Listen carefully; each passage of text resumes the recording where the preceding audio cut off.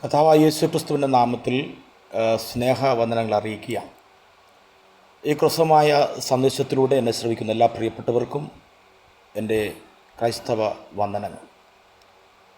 കഴിഞ്ഞ ദിവസങ്ങളിൽ സജീവമായി ചർച്ച നടക്കപ്പെടുന്നൊരു വിഷയമാണ് ക്രൈസ്തവ മിഷണറിമാരെ കൊന്നുകഴിഞ്ഞാൽ 11 ലക്ഷം രൂപ പാരിതോഷികം നൽകുമെന്ന BJP MLAയുടെ മോഹന വാഗ്ദാനം. ഈ വാഗ്ദാനത്തെ പല ദൈവദാസന്മാരും അവലംബിക്കുകയൊക്കെ ചെയ്തിട്ടുണ്ട്. എന്നാൽ ഇതിൻ്റെ പിന്നിലുള്ള യാഥാർത്ഥ്യങ്ങളെ സമൂഹത്തിൻ്റെ മധ്യത്തിലേക്ക് കൊണ്ടുവരുവാൻ പലരും ശ്രമിച്ചിട്ടുണ്ട്. ക്രൈസ്തവ മിഷണറിമാരെ ഉന്മൂലനം ചെയ്യണമെന്ന് തീരുമാനിക്കുന്ന തീരുമാനങ്ങളുടെ പിന്നിലുള്ള അടിസ്ഥാന കാരണമെന്താണ്? നമുക്കറിയാം, ക്രൈസ്തവ മിഷണറിമാരുടെ സംഭാവനകൾ ഇവിടെ എണ്ണുവാൻ കഴിയുന്നതിനപ്പുറമായിട്ട് ഇന്ത്യ എന്ന രാജ്യത്തെ പുരോഗതിയിലെത്തിച്ചിട്ടുണ്ട്. ഇന്ത്യ എന്ന രാജ്യം ക്രൈസ്തവ മിഷണറിമാർ ഇവിടെ കടന്നു വരാതിരുന്നെങ്കിൽ, ഇംഗ്ലീഷ് വിദ്യാഭ്യാസം ഇവിടെ നടക്കാതിരുന്നെങ്കിൽ, മാറുമറയ്ക്കാത്തവരും അയിത്തമുള്ളതുമായിരിക്കുന്ന ഒരു രാജ്യത്ത് പ്രതിനിധിയായിട്ട് ലോകത്തെവിടെ പോയാലും ലജ്ജിച്ചു തലതാഴ്ത്തുന്ന ഒരു വ്യക്തിയായി മാറേണ്ടടുത്ത് ക്രൈസ്തവ മിഷണറിമാരുടെ സംഭാവനകൾ കൊണ്ട്, പ്രവർത്തനങ്ങൾ കൊണ്ട് ഇന്ത്യ എന്ന് പറഞ്ഞാൽ സംസ്കാരമുള്ള ഒരു രാജ്യമാക്കി മാറ്റുവാൻ ഇടയായിത്തീർന്നു. അതുകൊണ്ട് ഇന്ത്യക്കാരെന്ന രീതിയിൽ ലോകത്തിൻ്റെ എവിടെയും ഒരു ബഹുമാനം മറ്റു രാജ്യങ്ങളുടെ ഇടയിലുണ്ട്. ശൈശവിവാഹവും സതിയുമൊക്കെ ഇവിടെ നടന്നിരുന്ന കാലഘട്ടത്തിൽ മിഷണറിമാരുടെ അഹോരാത്രമായിരിക്കുന്ന പ്രവർത്തനം കൊണ്ടാണ് ഇതിനൊക്കെ മാറ്റം വന്നതെന്ന് ചരിത്രം യഥാർത്ഥമായി പഠിക്കുന്നവർക്കറിയാം. സതിയെക്കുറിച്ച്, സതി എന്ന നീചവും ക്രൂരവുമായിരിക്കുന്ന അനാചാരം ഉച്ചാടനം ചെയ്തത് രാജാറാം മോഹൻ റായിയുടെ നേതൃത്വത്തിലാണ് എന്ന് ഇന്ത്യൻ ചരിത്രം പറയുമ്പോൾ, ആ കാലഘട്ടത്തിൽ ജീവിച്ചിരുന്ന വില്യം കേറി തുടങ്ങിയവരുടെ വളരെ ശക്തമായ പ്രവർത്തനങ്ങളാണ് ബ്രിട്ടീഷ് വൈസ്രോയെ കൊണ്ട് അങ്ങനെ ഒരു നിയമം പാസ്സാക്കുവാനും ഇന്ന് കാണുന്ന ഇന്ത്യയുടെ അടിസ്ഥാനങ്ങളുളവാകുവാനും ഇടയായിത്തീർന്നത്. വളരെ ശ്രദ്ധിക്കണം. ഇന്ത്യൻ മിഷണറിമാരുടെ സംഭാവന എടുത്തു പറയുന്ന ഒരുപാട് കാര്യങ്ങൾ ഇവിടെ പലരും ചർച്ചാ വിഷയമാക്കുന്നത് കൊണ്ട് ആ വിഷയത്തിലേക്കൊന്നും ഞാൻ പോകാൻ ആഗ്രഹിക്കുന്നില്ല. ചിക്കാഗോയുടെ മൺതരികളെ കോരിത്തെരിപ്പിച്ചുകൊണ്ട് നമ്മുടെ സ്വാമി വിവേകാനന്ദൻ നടത്തിയ സർവമത സമ്മേളനത്തെ പ്രസംഗം എല്ലാ ഇന്ത്യക്കാരും എടുത്തു പറയുന്നൊരു കാര്യമാണ്. എന്നാൽ നിങ്ങൾ ശ്രദ്ധിക്കുക, സ്വാമി വിവേകാനന്ദനെ അവിടെ പ്രസംഗിക്കുവാൻ പ്രാപ്തനാക്കി തീർത്തത് ഇന്ത്യയിൽ വന്ന മിഷണറിമാരാണ്. അതെങ്ങനെയെന്ന് ചോദിച്ചു കഴിഞ്ഞാൽ, ആ കാലഘട്ടത്തിൽ ഇംഗ്ലീഷ് വിദ്യാഭ്യാസം ഇന്ത്യയിലില്ല. മിഷണറിമാരിവിടെ വന്ന് സ്ഥാപിച്ച സ്കൂളുകളിൽ പഠിച്ചവരാണ് അന്ന് ഇംഗ്ലീഷ് വിദ്യാഭ്യാസമുള്ളത്. അവിടെ സ്വാമി വിവേകാനന്ദനെ അമേരിക്കയുടെ ചിക്കാഗോയിൽ പ്രസംഗിപ്പാനുള്ള ഇംഗ്ലീഷ് പ്രാവീണ്യം നൽകിയത് ഇവിടുത്തെ മിഷണറിമാരുടെ സേവനമാണ്. തലമുതിർന്ന BJP നേതാക്കന്മാരായിരുന്ന എൽകെ അദ്വാനി, മുരളി മനോഹർ ജോഷി, അടൽ ബിഹാരി വാജ്പേയി തുടങ്ങിയവർ വിദ്യാഭ്യാസം ചെയ്തത് മിഷണറിമാർ പഠിപ്പിച്ച സ്കൂളുകളിലാണ്. ഇതൊക്കെ മുൻനിർത്തിക്കൊണ്ട് മിഷണറിമാരുടെ പ്രവർത്തനത്തെ മനസ്സിലാക്കിക്കൊണ്ട് വേണമായിരുന്നു ഇത്തരത്തിലുള്ള ഒരു പ്രഖ്യാപനം ഉണ്ടാക്കേണ്ടത്. എന്തുകൊണ്ട് ക്രൈസ്തവ മിഷണറിമാരെ ചില മേഖലകൾ ഭയക്കുന്നത് എന്തുകൊണ്ടാണ് എന്ന് ഒരു ചോദ്യമുണ്ട്. നമുക്കറിയാം, ഇന്ത്യ എന്ന് പറയുമ്പോൾ ബഹുദൈവ വിശ്വാസത്തിൻ്റെ ഉറവിടമാണ്. പറയാനും എണ്ണുവാനും കഴിയാത്ത ഒത്തിരി ദൈവങ്ങളുണ്ട്. അതുകൊണ്ട് ഒരു ദൈവത്തിൻ്റെ പേരിലോ ഒരു ദൈവവിശ്വാസത്തിൻ്റെ പേരിലോ ക്രൈസ്തവ വിശ്വാസത്തെ എതിർക്കുവാൻ ഇന്ത്യ രാജ്യത്തിൽ ആരും ധൈര്യപ്പെടുകയോ ചിന്തിക്കുകയോ ചെയ്യത്തില്ല. കാരണം ധാരാളം ദൈവങ്ങളുണ്ട്. അതുകൊണ്ട് ഒരു ദൈവവിശ്വാസത്തിൻ്റെ പേരിലൊന്നും ആരും ക്രൈസ്തവ വിശ്വാസത്തെ തള്ളിക്കളയാനിടയായിത്തീരുകയില്ല. ഇന്ന് ഇന്ത്യയുടെ പല സംസ്ഥാനങ്ങളിലും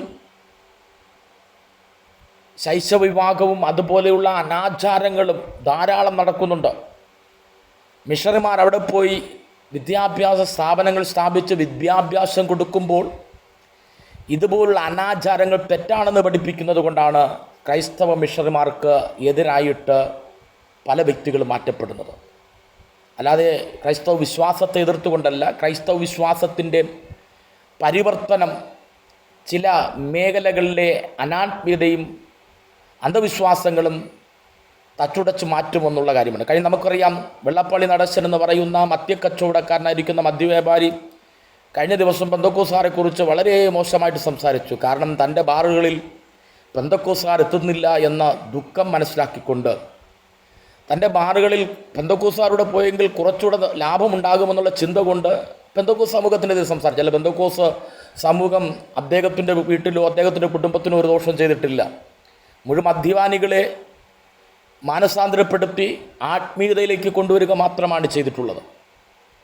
ഇവിടെ പറഞ്ഞിരിക്കുന്ന വിഷയത്തിലേക്ക് ശ്രദ്ധ ക്ഷണിക്കുകയാണ്.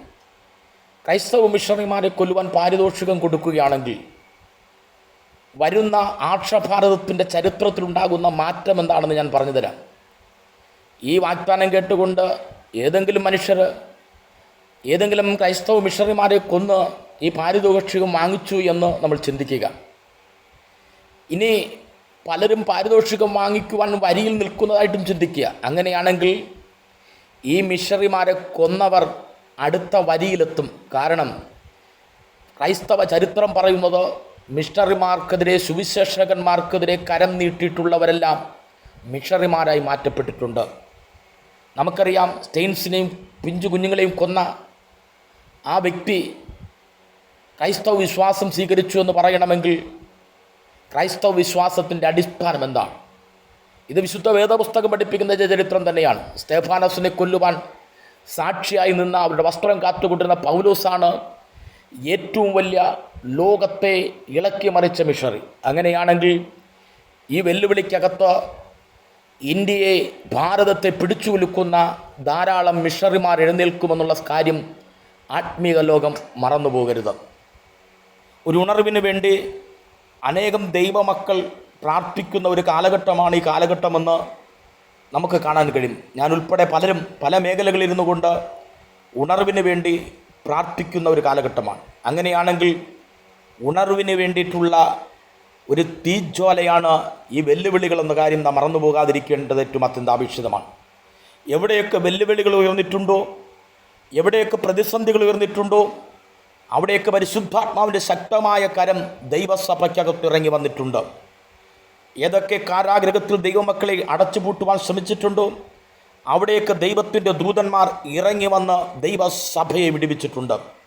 നമുക്കറിയാം, ഒരു സ്ത്രീയുടെ വെല്ലുവിളി ചരിത്രത്തിൽ മുഴങ്ങിക്കെട്ടത് മുട്ടുമടക്കി പ്രാർത്ഥിക്കുന്ന, ആരാധിക്കുന്ന ഏലിയാവിനെതിരെയായിരുന്നു. അവൻ യാഗപീഠത്തിൽ യാഗം കഴിച്ചു സ്വർഗത്തിൽ നിന്ന് തീയിറക്കി ദൈവപ്രവൃത്തി വെളിപ്പെട്ടപ്പോൾ ആ ഇസബേൽ വെല്ലുവിളിച്ചത് ഇങ്ങനെയാണ്: നാളെ എൻ്റെ പുരോഹിതന്മാരെ പോലെ, എൻ്റെ പ്രവാചകന്മാരിൽ ഒരുത്തനെ പോലെ നിന്നെ ആക്കിയില്ലെങ്കിൽ എൻ്റെ ദേവന്മാർ തക്കവണ്ണവും അധികവും ചെയ്യട്ടെ എന്ന് വെല്ലുവിളിച്ചു. ചരിത്രം നമുക്ക് മുന്നിലുണ്ട്. ഏലിയാവിനെ കൊന്നുകളയുമെന്ന് വെല്ലുവിളിച്ച ഇസബേൽ യേഹു രാജ്യത്വം പ്രാപിച്ചു വരുമ്പോൾ തലകീഴായി മട്ടുപ്പാവിൽ നിന്ന് തള്ളിയിട്ട് കൊല്ലപ്പെടുകയും നായ്ക്കൾ അവളെ രക്തം നക്കിക്കുടിക്കുകയും ചെയ്തപ്പോൾ വെല്ലുവിളിക്കപ്പെട്ട ഏലിയാവ് ആമേ സ്വർഗീയ രഥങ്ങളാൽ സ്വർഗത്തിലേക്ക് എടുക്കപ്പെടുവാനിടയായിത്തീർന്നു.